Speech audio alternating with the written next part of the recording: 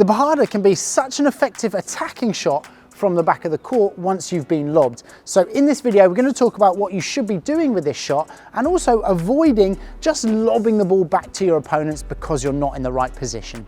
The first step to an effective Bajada is recognizing it early. So often the lob goes up and players are watching and they're moving back like this, and then they decide later on to turn when the ball is already bouncing. But if you can identify that the ball has cleared your head and you're going to hit a Bajada after the glass straight away, then you can immediately turn and get fast back to that ball. The next step, once you've identified that the lob will clear you and you're already moving back, is to go back with the approach that you're going to attack it. Think to yourself, I'm going to attack every ball that I've been lobbed off that back glass. Now, yes, there are going to be some times when it stays close to the glass or it's going to be too difficult, but if you go back with the intention of attacking, then you're more likely to do that when you get there. And the third step, before we talk about the technique, is to get back and give yourself space on this ball. And we've just done a lesson actually on the Bajada with a couple of female players, so let's have a look at that.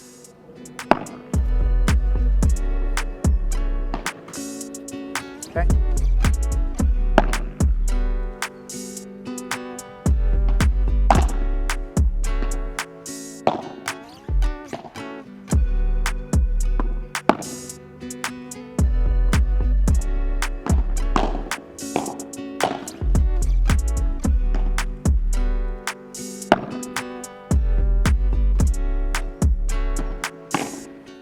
Yes, it's really important that you're able to attack this ball, but if you try and hit the ball like a rocket and you miss 50% of your Bajadas, then there's no point in doing it. You still need to have a percentage shot, but hopefully you can get yourself into a position where you can attack, but with low risk. Essentially, the technique is going to be the same as the bandeja, really, and you think of it as an aggressive bandeja. So if you just want to come onto this side, so I'll go through Amy first. You're hitting it like the vibra, right? So and that's why when I feed down the line, it's quite easy because it is bouncing. You're coming up here, you've got lots of time, and you're going like this. And they call it like the cuchilla in the Spanish word. If you hit it like a vibra from the back, right? The knife, like Paquito uses this a lot. But the problem comes when the ball comes from over your left shoulder, because here you're running back with it, and then you've got to try and like put it all together, and it's really like it's low percentage, you know, like hitting the Bajada like this. Yeah. For you, Abby, it's almost the other extreme in that the racket's not there fast enough, so you're kind of going back, you're in here, and then you're like trying to do it like at the last minute. As soon as you've been lobbed, you want to always take it on a forehand if you can. Like there will be times when you can't, like for whatever reason you're out of position and it comes over and you might have to take a backhand, but 95% take as a forehand if you can. And as soon as you've been lobbed, the arc or the movement of your feet have to go to the side of the ball.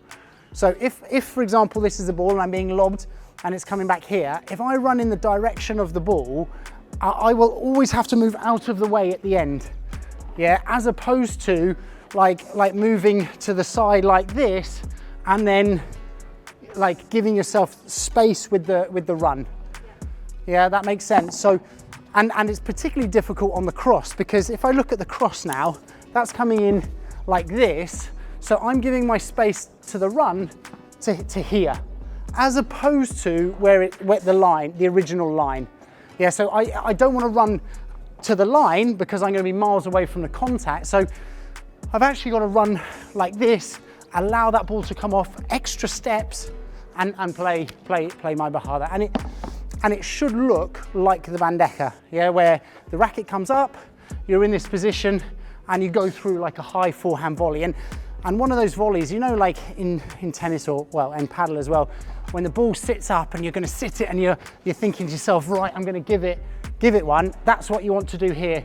You're in this position here, it comes up, and you play aggressively through that ball. If the racket starts low, like Abby, like you're doing here, then you end up hitting up on it, and it's tough. Yeah.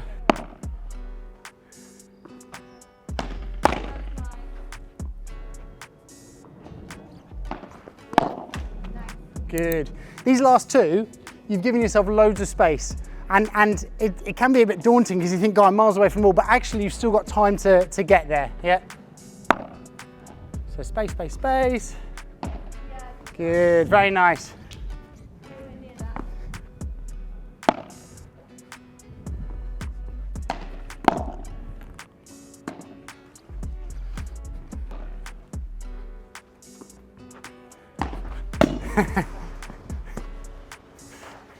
Nice, keeping me on my toes. Good. Very nice, Abby, yeah, very nice. I'll feed a couple from cross. So, same thing.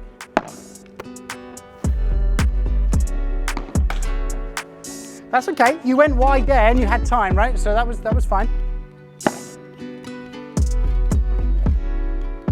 Good. Yours, Gancho. You see that elbow, like it forces it up. Like this, it's going to force it up. Gancho is up to down. Okay, couple more. Good space. Go, go, go. Yes, very nice. We're going to be taking more clips from our lessons, so subscribe if you like this content and let us know in the comments which shots you would like to see. A good way to make sure that you make less mistakes is the direction of your shot. If you're coming back on the right hand side and you're in this position to hit a Bajada, the best option is down the center, down the middle between the two opponents, but the other secondary option is down that line.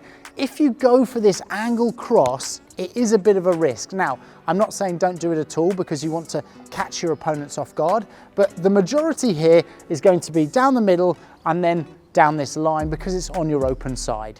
When you get lobbed on the left-hand side and you get into this position, again, the high percentage will be down the middle because that's the best shot really from your Bajada. But the secondary best option is down on that cross court. This time you will go cross court towards the fence because it is on the open side. And actually the more risky one now is to play across your body down that line. And again, you would only use that on a small percentage of shots.